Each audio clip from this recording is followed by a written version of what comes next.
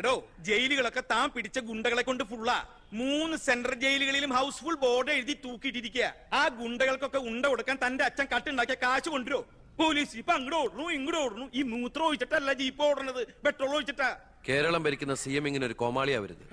അതേടാ, ഞാൻ കോമാളിയാ, സർക്കസിലെ കോമാളി. നീയല്ലേ ഇപ്പൊ എന്റെ റിംഗ് മാസ്റ്റർ. നീ ഇങ്ങോട്ട് ചാടാൻ പറഞ്ഞാ ഇങ്ങോട്ട് ചാടും, അങ്ങോട്ട് ചാടാൻ പറഞ്ഞാ അങ്ങോട്ട് ചാടും. ഒരു ദിവസം എല്ലാം കൂടി എന്റെ കയ്യിൽ നിന്ന് പോട്ടോ. നിന്റെ ഭരണപരിഷ്കാരങ്ങൾ ഇവിടെ നടപ്പാക്കണമെങ്കിലേ ഫണ്ട് വേണം, ഫണ്ട്. നിനക്കറിയോ, ഖജനാവിൽ ഇന്നാള് ഞാൻ കൈയിട്ട് നോക്കിയപ്പോഴേ കാലിയാ കാലി. MLA മാർക്കും മന്ത്രിമാർക്കും അടുത്ത മാസം ശമ്പളം കൊടുക്കണമെങ്കിലേ ADB-ന്നോ വേൾഡ് ബാങ്കിന്നോ ലോൺ എടുക്കണം. അതറിയോ? ഇതാണോ പ്രശ്നം? ഖജനാവ് നിറയ്ക്കാൻ വേണ്ടി ഒരു ബാങ്കിൽ നിന്ന് ലോൺ എടുക്കണ്ട. നമ്മുടെ ഈ സംസ്ഥാനത്ത് തന്നെ ഒന്ന് ശ്രമിച്ചാൽ മതി. എന്നാ നീ പോയി ശ്രമിക്കേ. സാറിന്റെ ഈ പെർമിഷൻ മാത്രം മതി സാർ. Thank you sir. ദേ പോണു എന്ത് മാരണാവോ ഉണ്ടാക്കിക്കൊണ്ടിരാൻ പോണു. ഈ കസേര പോകുന്ന തോന്നണേ.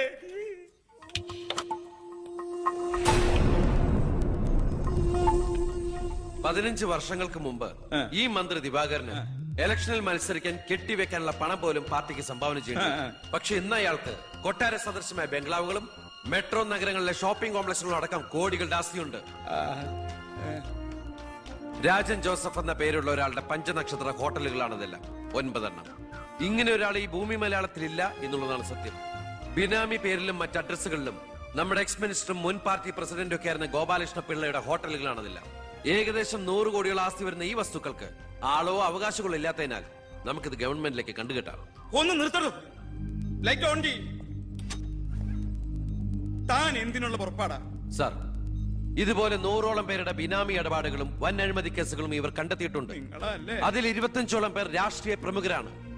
മാധവൻ നമ്പ്യാർ മുതൽ എന്റെ അച്ഛന് പങ്കാളിത്തമുള്ള ചെറാക്കുളം ഫൈനാൻസിന്റെ ഉടമ പവിത്രം വരെയുണ്ട് സാർ ലിസ്റ്റിൽ. ഏകദേശം 1500 കോടിയിലേറെ നമുക്ക് ഖജനാവിൽ നിറക്കാൻ കഴിയും. അത്തരം പറയലടോ ആഭ്യന്തരമന്ത്രി. ഇവരെ ഒന്നും നമുക്ക് തൊടാൻ പറ്റില്ല. മന്ത്രിസഭ നിലനിർത്താനും MLA മാരെ ചാക്കിട്ട് പിടിക്കാനും തെരഞ്ഞെടുപ്പിന് കോടികൾ വാരി വിതറാൻ കഴിവുള്ള പൊളിറ്റിക്കൽ കിങ് മേക്കേഴ്സ് ആണ് ഇവരൊക്കെ. എന്തായാലും ഇവർക്കെതിരെ ആഞ്ഞടിക്കാൻ തന്നെയാണ് എന്റെ തീരുമാനം. ആഞ്ഞടിക്കാൻ നീ ആരാ? കൊടുങ്കാറ്റോ അതോ കത്രീനെ?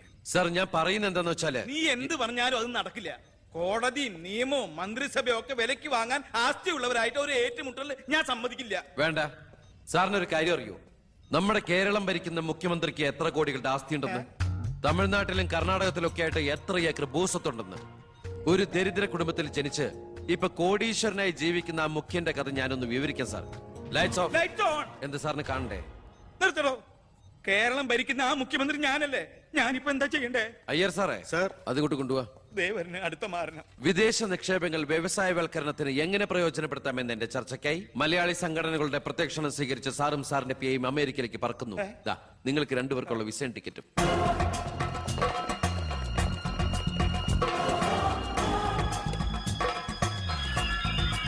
ദിവാകരൻ സാറിന് കൂടുതലായിട്ട് എന്തെങ്കിലും പറയാനുണ്ടോ? എല്ലാം നോട്ട് ചെയ്തോളൂ.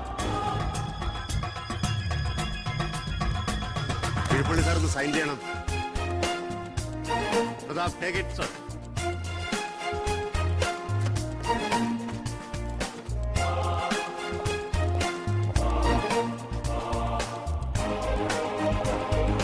അയാളും പുറത്തു പോകരുത്.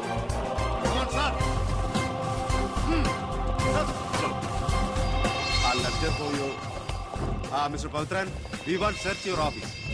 എന്താ ഇതാ search warrant. Take a lock. ആ ലോക്കറിന്റെ കീ എടുക്ക. ലോക്കർ തുറക്ക്.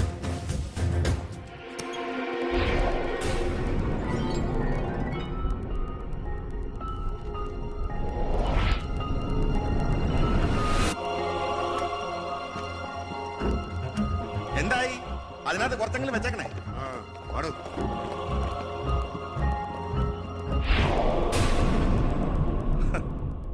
ഞാൻ ഒരു കാര്യം പറഞ്ഞേക്കാം. എന്തൊക്കെയായാലും ആഭ്യന്തരമന്ത്രി രാജിവെക്കണം. 5 or 6 കോടി എഴുതിട്ടാണ് പ്രതിപക്ഷത്തുള്ള ഏതെങ്കിലും ഒരു ഘടകകക്ഷിയെ KDF-ൽ ചേർത്ത് എണ്ണം തയ്ക്കണം. എന്നിട്ട് അവനെ പുകച്ച് പുറത്ത് ചാടിച്ചോടിക്കണം. അതിന് കാശ് എവിടോ? മർമ്മം നോക്കിയല്ലേ അവൻ കുത്തിയിരിക്കുന്നത്. വിഷം മേടിക്കാൻ പോലും കാശില്ലാത്ത അവസ്ഥയാ.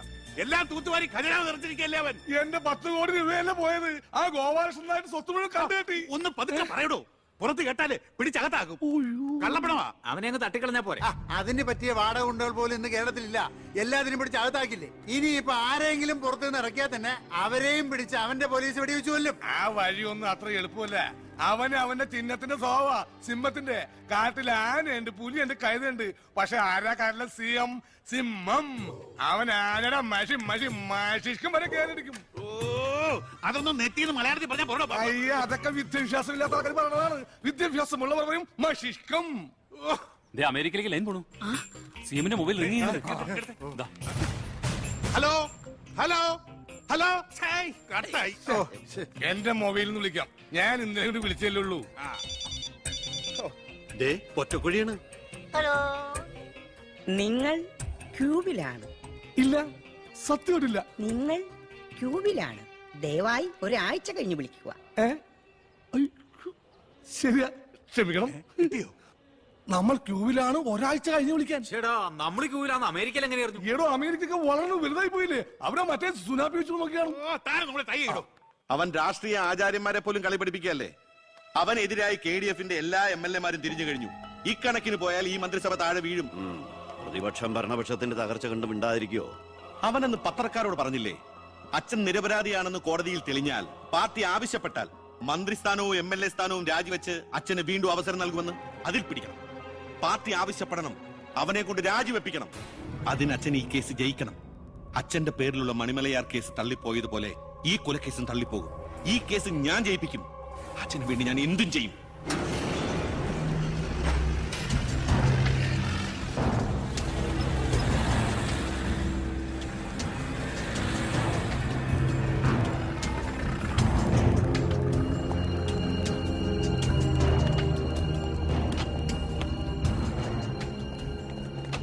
സാർ, ഇന്ന് രാവിലെയാണ് സംഭവം നടന്നത്.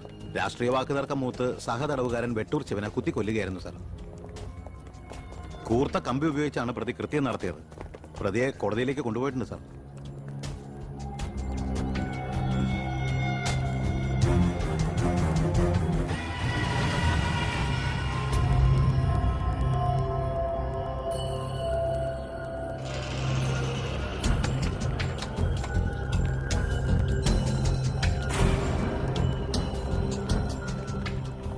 ഒന്നുകിൽ ദൈവം അച്ഛനെ കേസിൽ നിന്ന് രക്ഷിച്ചു, അല്ലെങ്കിൽ അച്ഛൻ സമർത്ഥമായി സ്വയം രക്ഷപ്പെട്ടു.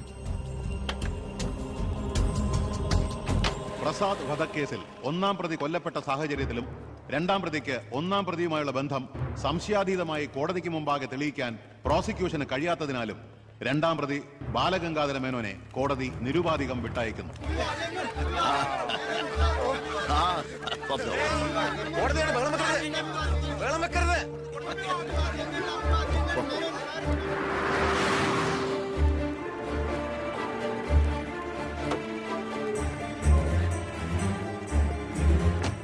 ലക്ഷ്മി, ലക്ഷ്മി, അറിഞ്ഞോ നീ?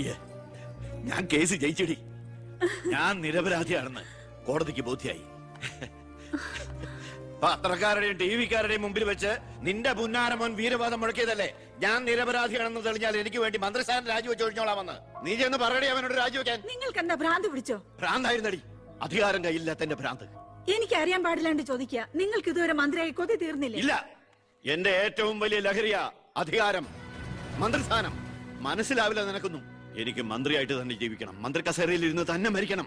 നിനക്കറിയോ, അധികാരം നഷ്ടപ്പെട്ടത് മുതൽ മനസമാധാനത്തോടെ ഞാൻ ഉറങ്ങിയിട്ടില്ല. വീണ്ടും മന്ത്രിയാകുക എന്നുള്ള എന്റെ ഒരു വാശിയാടി. നീ അവരോട് വാക്കുപാലിക്കാൻ പറയടി. ഇതൊക്കെ നേരിട്ട് ചെന്ന് പറഞ്ഞാ മതി. എന്താ നിനക്ക് പറഞ്ഞ?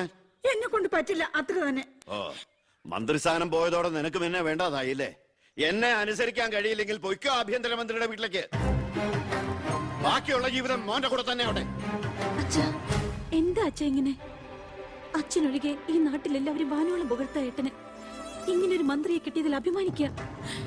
മക്കൾ തങ്ങളെക്കാൾ വലുതാവണമെന്ന് എല്ലാ അച്ഛനമ്മമാരുടെ ആഗ്രഹം. പക്ഷെ അച്ഛൻ അസൂയ. മകൻ തന്നേക്കാൾ വലുതാവുന്നുള്ള എന്റെ അസൂയ.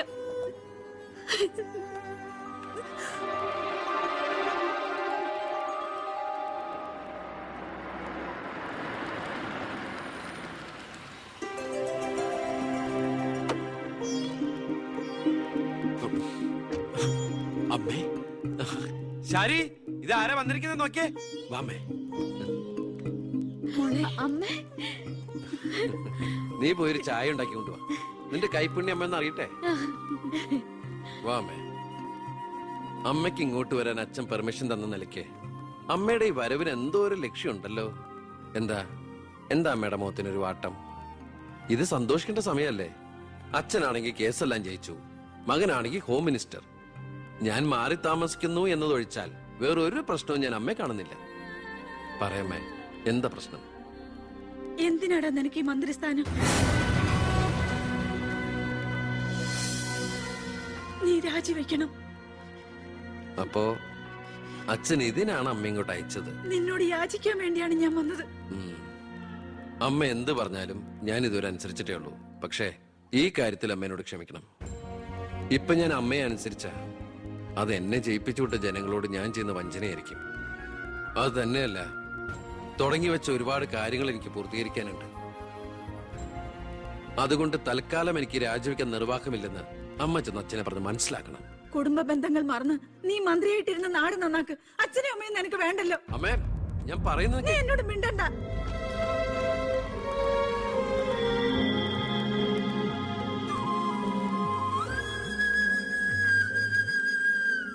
ഇല്ല, അവൻ രാജിവെക്കില്ല. അവൻ രാജിവെക്കുമെന്ന് കരുതിയ നമ്മളാ മണ്ടന്മാർ. ചക്കരക്കുടത്തിലല്ലേ കൈയിട്ടിരിക്കുന്നത്. അധികാരത്തിന്റെ മത്ത് പിടിപ്പിക്കുന്ന സുഖം അവനും അനുഭവിച്ചു കഴിഞ്ഞു. ഇനി അച്ഛന് വേണ്ടി സ്വന്തം സുഖങ്ങൾ ഉപേക്ഷിക്കാൻ മാത്രം വിഡ്ഢിയൊന്നും അല്ലവൻ. സ്വന്തം കുടുംബത്തിൽ വരെ റെയ്ഡ് നടത്തി അവൻ പ്രശസ്തി പിടിച്ചു പറ്റിയില്ലേ? ഇപ്പൊ പത്രക്കാരും ചാനലുകാരും എന്തിന് പ്രതിപക്ഷം വരെ അവനെ പൊഴുത്തുകയല്ലേ? അവൻ നാട് നന്നാക്കുക എന്തു വേണമെങ്കിലും ആയിക്കോട്ടെ, പക്ഷെ നമ്മുടെ കുടുംബത്തിലുള്ള ഒരു അംഗമെന്ന ഒരു പരിഗണന ഇനി അവന് കൊടുക്കാൻ പാടില്ല.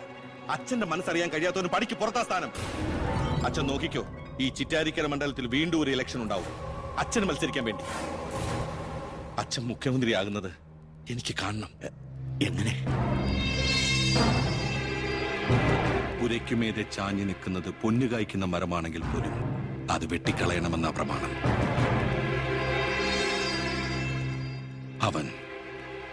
അവൻ ഇല്ലാതാകണം.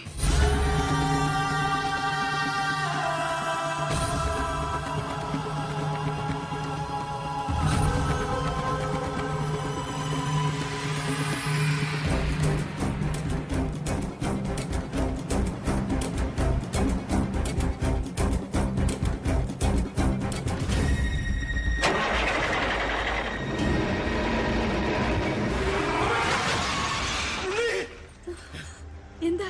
എന്ത് പറ്റി?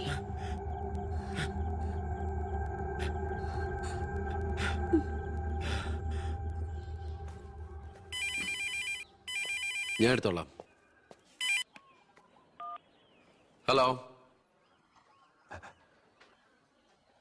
ഉണ്ണി,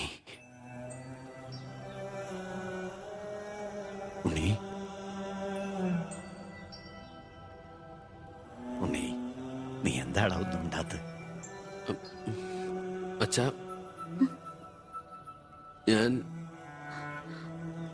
എനിക്ക് നിന്നെ ഒന്ന് കാണണം. ഞാനിപ്പോ ഡൽഹിക്ക് പോകാൻ വേണ്ടി എയർപോർട്ടിൽ പോകാൻ നിൽക്കുക. എന്തായാലും ഞാൻ അവിടെ വന്നിട്ട് നീ പോയാ മതി. ഉടനെ എത്താം. അച്ഛനാ,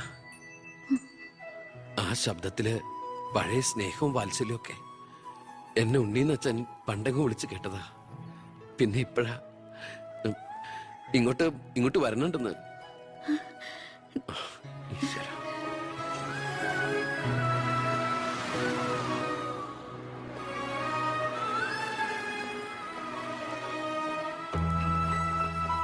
ഞാൻ കാരണം നിന്റെ യാത്ര ബുദ്ധിമുട്ടായി അല്ലേ? ഇല്ല, ഞാനത് അടുത്ത ഫ്ലൈറ്റിനാക്കി. ഓഹോ, വരൂ അച്ഛാ. പെട്ടെന്ന് കാണണമെന്ന് പറഞ്ഞപ്പോ നീ ഒന്ന് പകച്ചു. ഇനി എന്തിനുള്ള പുറപ്പാടാണോ എന്ന് ഓർത്തല്ലേ? അച്ഛൻ ഇനി ആർക്കും ഒരു തലവേദനയാവില്ല മോനെ. ചെയ്തു കൂട്ടിയതൊക്കെ തെറ്റാണെന്ന് മനസ്സിലാക്കാൻ വൈകി. ശ്രമിച്ചില്ല. അധികാരത്തിന്റെ ലഹരിയിൽ പായായിരുന്നു ഇത്രയും കാലം. പ്രായാകുന്നോറും കുട്ടികളുടെ മനസ്സാവുമല്ലേ? എന്ത് കണ്ടാലും സ്വന്താക്കണമെന്നൊരു മോഹം. എന്താ ഇപ്പൊ ഇങ്ങനെയൊക്കെ? മുന്നിലേക്ക് നോക്കിയപ്പോഴോ തിരിഞ്ഞു നോക്കിയപ്പോഴോ ഒരു കാര്യം എനിക്ക് ബോധ്യായി. ഞാനെന്ന രാഷ്ട്രീയക്കാരൻ വെറും ഒരു വട്ടപൂജ്യമാണെന്ന്. എന്നിലെ അച്ഛൻ ഒരു മൃഗമായിരുന്നു എന്ന്. പ്രായശ്ചിത്തം ചെയ്ത പാപങ്ങൾക്ക് പരിഹാരമാകുമെങ്കിൽ ഞാൻ മോന്റെ കാലം അങ്ങനെയൊന്നും പറയല്ലേ. മതിയായി, എല്ലാം മതിയായി. ഞാൻ ഇന്നുവരെ അഴിമതിയിലൂടെ ഉണ്ടാക്കിയതൊക്കെ സർക്കാരിന് തിരിച്ചു കൊടുക്കാൻ പോവാ. എന്നിട്ട് ചെയ്ത തെറ്റുകൾ ഏറ്റുപറഞ്ഞ് പൊതുജനങ്ങളോട് മാപ്പ് ചോദിക്കണം. അച്ഛാ, അച്ഛനെ വിശ്വസിക്കടാ. ഇനി നിന്റെ അച്ഛൻ വിശ്വാസവഞ്ചന കാട്ടില്ല. മതി, എനിക്കിത് മതി. ഞാൻ ആഗ്രഹിച്ച പോലെ ഒരു അച്ഛനെ ഈശ്വരൻ എനിക്ക് തിരിച്ചു തന്നല്ലോ. അറിഞ്ഞോ അറിയാതെയോ അച്ഛനെ ഞാൻ വേദനിപ്പിച്ചിട്ടുണ്ടെങ്കിൽ അത് ഇങ്ങനെ ഒരു അച്ഛന്റെ മകനായിട്ട് ജീവിക്കാൻ വേണ്ടിയിട്ടാ. ഇനി എന്റെ അച്ഛന് വേണ്ടി ഈ സ്ഥാനമാനങ്ങളൊക്കെ ഉപേക്ഷിക്കാൻ എനിക്ക് സന്തോഷമേ ഉള്ളൂ. വേണ്ടടാ, എനിക്ക് മന്ത്രി ഒന്നും ആകണ്ട. നീ ശരി, നിന്നെ പോലുള്ള ചെറുപ്പക്കാരാണ് ഇനി ഇവിടെ ഭരിക്കേണ്ടത്. അടുത്ത തലമുറ നിന്നെ മാതൃകയാക്കുന്നത് നിറഞ്ഞ മനസ്സോടെ എനിക്ക് കാണണം. എന്നിട്ട് ഇങ്ങനെ ഒരു മന്ത്രിയുടെ അച്ഛനായിട്ട് ഇനിയുള്ള കാലം അഭിമാനത്തോടെ എനിക്ക് ജീവിക്കണം. ആ മോളെ, വന്നു കയറിയ മഹാലക്ഷ്മിയെ ആട്ടിപ്പായിച്ചവനാ ഞാൻ. എല്ലാ സൗഭാഗ്യങ്ങളും നിങ്ങൾക്ക് ഈശ്വരൻ തരും. നന്നായി വരും. ഉണ്ണി,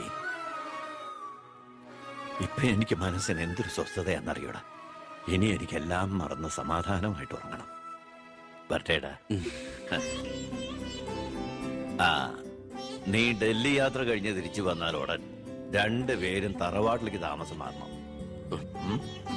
പറ്റേ മോളെ?